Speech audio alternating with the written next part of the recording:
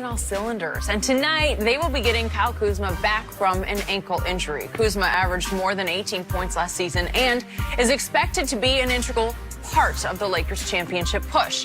Head coach Frank Vogel said he expects around 20 minutes from Kuzma against the Mavs tonight. Fox NBA analyst Chris Broussard joins us now. So, Chris, who wins this game tonight? I'm going with the Lakers. I think this is you're surprised, right? Not really, because you got 82-0 and you got 80. Oh, wait, they lost their first game. I forgot that counted, right? 81-1. 81-1. This is good for them because it's going to be a good test. Because Utah, when they beat Utah, Mike Conley, who he seems to have found his stroke their last game, right? Yeah. So he wasn't himself. As the Clippers, did he find it? And Utah wasn't where they are now. Obviously, Charlotte and Memphis are two struggling teams. So this will be a good test to see where the Lakers are. And Dallas, I'm not trying to say they're awesome, but they do have those two guys, Luka Doncic, and who I think is going to be a future MVP candidate, and Kristaps Porzingis. I think those guys, they play totally differently, but they could be Dallas's next Nash and Nowitzki. I agree. And I think, you know, I think they'll fight Minnesota for that last playoff spot now that Golden State's all the way out. But I'm excited about Kuzma, and here's why. With LeBron playing the point, we've all seen it. He's not as aggressive of a scorer when he's at the point. Nope. And I think that's by design, but that's the case. And so when he's at point, you saw it against the Clippers.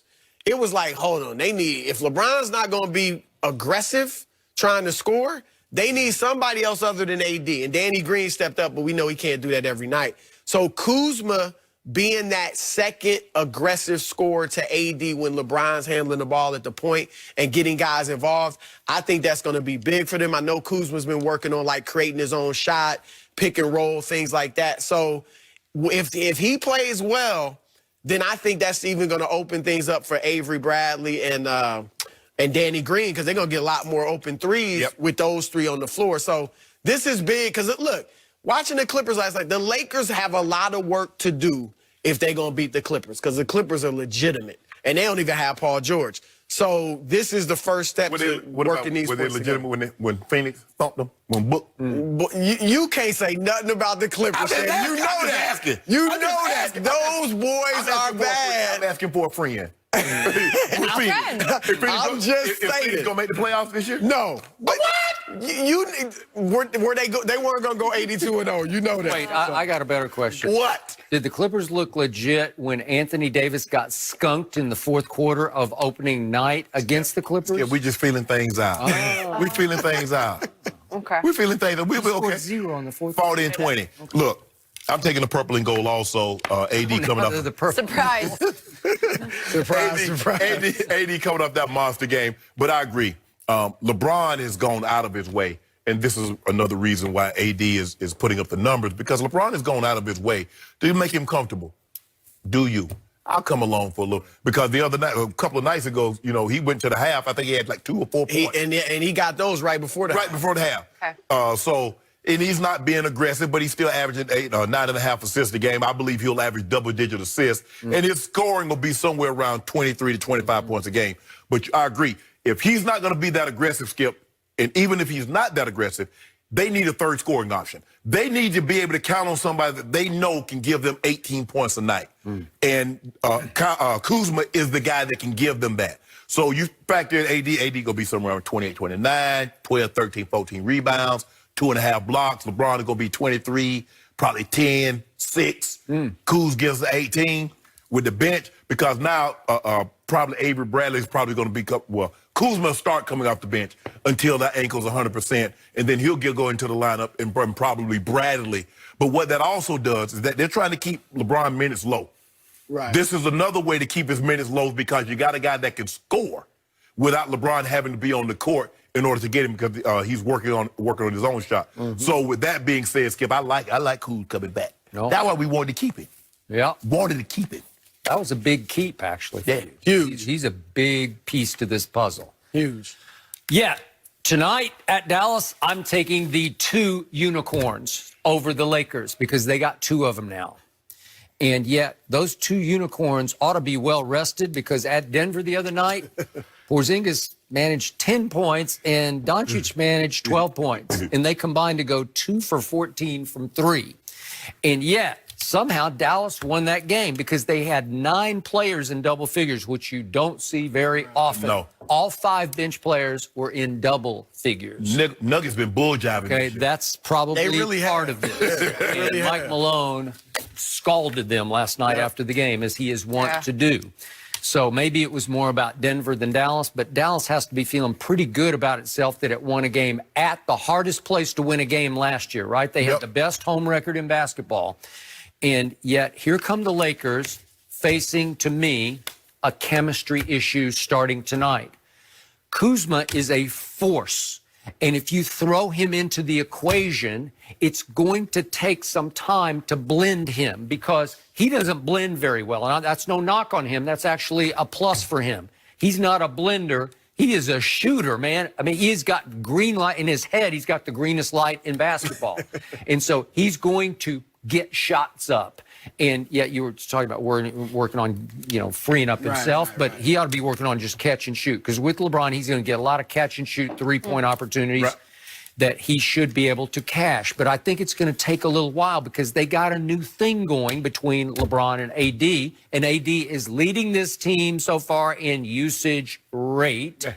Kyrie, that 1 year with LeBron, led LeBron in usage rate, but it's not very often. Wade, the first year. Was it the first year? Okay. So, but it's not often because LeBron's going to have the basketball a lot. So here's what I think is looming on the horizon.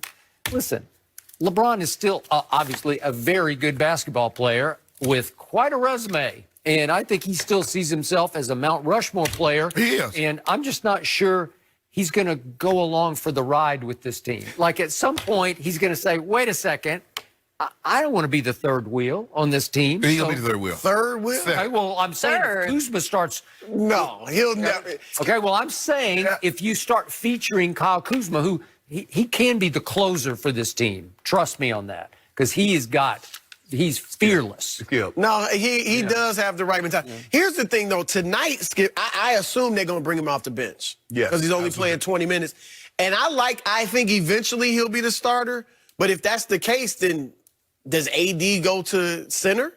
I would love to see AD play center, but he doesn't want to. No. But if you put Kuzma in that starting lineup, I would think that's how they go. He has to be the 5, and he doesn't have to think of himself as the center, but when he going to be playing, he don't be like Tim Duncan. He doesn't, because here's the thing, though. He is like Tim Duncan a lot. He doesn't want to play Stifle Tower, Gobert. He doesn't want to have to go against the other bigs. Which I get that. Unless, like I said, in that situation where they moved him to the 5 late in the started the 3rd late into the ball game, he'll play the 5 because normally teams are going to bring their bigs off the court. Now he has a decided advantage. But Skip, look, you talk about LeBron as a Mount Rushmore. No matter what happens, there's not a president that hasn't been born yet. No matter what he does, he can't erase the 4 original faces that's on Mount Rushmore. LeBron is a Mount Rushmore player. So it doesn't matter what anybody else does. Nothing. Kawhi, Kuzma, anybody else. LeBron is there. So his face is already chiseled? Yeah! Really? I didn't know. Where is this mountain exactly? You know. Is it in South Dakota? It's Jordan, LeBron, Magic. Really? Kareem. It's still LeBron's team. Are you doubting that? No, in fact, I'm with you on that. Okay. That's why all this talk about we're going to run the offense through Are they running it through? No, but just like Magic, they ran the offense through Kareem, and it was Magic's team at some point, right? Yeah. He would come down, just kick it into Kareem in the post for the sky hook. You know what? Everybody got involved in that. It was showtime. Yeah, well, and Kareem wasn't really involved in the showtime. That's the one difference. The difference is Magic would do his stuff on the break. Well, right. And LeBron's not doing it. LeBron wants to play slower. James Worthy would do his stuff on the break. Like right. But that was the thing, though, Skip. The thing was that, yes, they got the ball out showtime. Because you think about showtime, you think about up and down. But they had Kareem because when they didn't get it out on the break and they had to go to the half court, where you wanted that cap? Kareem, bring it to me right over here. Okay, but guess what? LeBron is running right now. Slow time. They are the slowest team in the league. Am I right? Yeah. Their pace is LeBron likes to play slow. Well, he's his whole career. But AD, a lot of times the other night, AD was getting the ball and pushing. AD was like, I'm gone. And give him that work, too. I think AD give him that work, too. Yeah. MVP. At some point, wait a second. You're saying AD is the MVP over LeBron James? I told you. Huh? You see, Wait. You see what he's trying to do, Chris? You see? I'm not trying to. You said it. I've been saying That's it. your dream scenario that AD is the MVP. So you're saying LeBron James is going to take a back seat to Anthony Davis? I said AD would be the regular season, Bron be finals. Oh, so that's how you're trying to disqualify it. Ain't no trying to disqualify, but I've been saying that. I do think, Skip, you have a point in that at some point LeBron's going to be more aggressive offensively. I don't think it's going to be because nature. I don't think it's going to be because AD's getting too much shine or people thinking he's the man. I think he's looking at these guys. AD, let's establish in your mind it's your team. So offensively, I know I can count on you. And the other guys, I think he's trying to get their confidence up. So later in the season and playoffs, I know I can count on Avery Bradley and Danny Green and so on and so forth. Because he knows he can get his at any time. LeBron had a layup right at the basket. Said, nah, take this three, Avery. Right at the basket. That's the kind of guy that he is. Unselfish. That's how you get triple doubles. There you go. You see? Okay, prediction. You heard it here first. You are going to hear some quiet jealousy and resentment about Kyle Kuzma because he's going to come in and blow up this chemistry they have so far. He's going to shoot the basketball. And maybe to a fault he will shoot it to where LeBron's going to be whispering to some reporters, hey, I don't know. We're not getting the ball enough because if as soon as he touches the ball, what have we seen from Kyle Kuzma? Oh, it's going to go up. It's going up. But we always have. But that was the thing that hurt him last year. As soon as they get a little lineup, somebody get hurt, and you got another lineup. Because eventually Rondo's got to come back. Then what? And LeBron wanted Kuzma to stay, Skip. You know that. No, I totally. He was the guy. It was a big. Right. Yeah. It's the X factor. Damn game. You gotta put in your bias.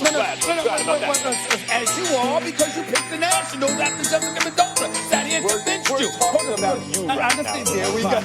I got it. But what I'm saying to you is this: if you have a 2-1 lead and you're keep this into consideration. We're talking about starting pitchers who show up and pitch 6 to 7 innings. We just witnessed Greinke, who's the third starter, go 6 1/3 full innings, okay, and hold them to 1 hit ball. Why is it wrong for me to then say, okay, Cole is better, and he only got 2.5 innings that he would have to pitch? Why couldn't he shut down and hold him to a 2-1 lead? You watched Madison Broussard years ago against Kansas City on 3 days rest, if I remember correctly. Pick the complete game. Don't tell me that it's far beyond the realm of comprehension. As much as I love Soto, and as much as I respect Hendricks and all of these boys, and Rendon, I can't forget him. Don't tell me that it is beyond the realm of comprehension on your own turf for a game 7 for the best player who's probably going to win the Cy Young to hold you scoreless and 2/3 innings. Come on. I'm taking that bet. Cole would have pitched well. He's been pitching well. Like, I can't even remember the last time he gave up a real run. Right. So he had a good shot at it. He would have increased the Astros' chances. That's still a long way from saying he would have gotten 11 out and not given up a one-day game. We agree that. Here's what I was saying earlier about that. And we say, I think in front of him, fundamentally didn't understand. The highlight moment is not when you're up a couple of runs in the 9th inning with no one on base, right? I don't know what he was saying in Cole.